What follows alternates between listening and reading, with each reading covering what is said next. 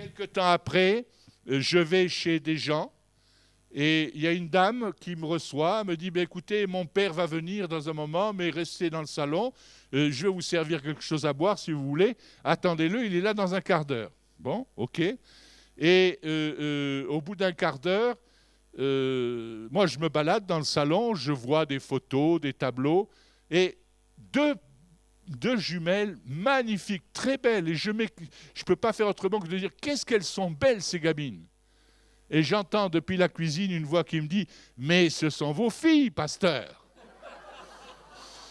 Alors je lui ai répondu que je ne pensais pas être somnambule, mais j'ai dit « Expliquez-moi ». Elle me dit « Vous vous souvenez de cette femme ?»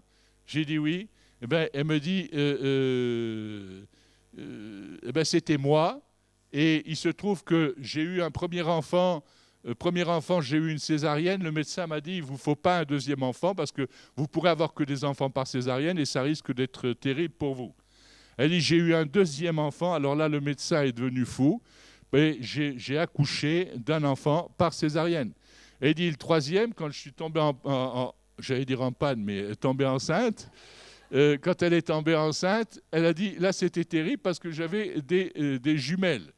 Et elle a eu ses enfants naturellement, et c'est là que ça a été le miracle. Elle savait que j'avais la foi, et elle est venue m'emprunter la foi.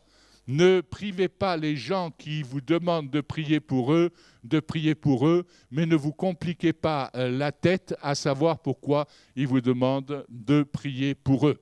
Maintenant, il faudra que vous puissiez réfléchir à ça. Chacun va y trouver sa limite. La troisième chose pour faire grandir notre foi, c'est de la nourrir.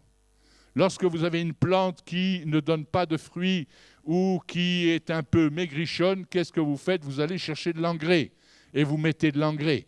Et ça, nous le verrons demain, comment nous pouvons nourrir notre foi par la parole de Dieu. Voilà, je pense que mon temps est arrivé d'arrêter. Et je vous bénis. Sachez une chose, c'est qu'on ne peut pas être performant dans tous les domaines et dans tous les domaines de la foi, mais ce qui importe pour nous, c'est que là où nous sommes faibles, il y a une solution. Que Dieu vous bénisse.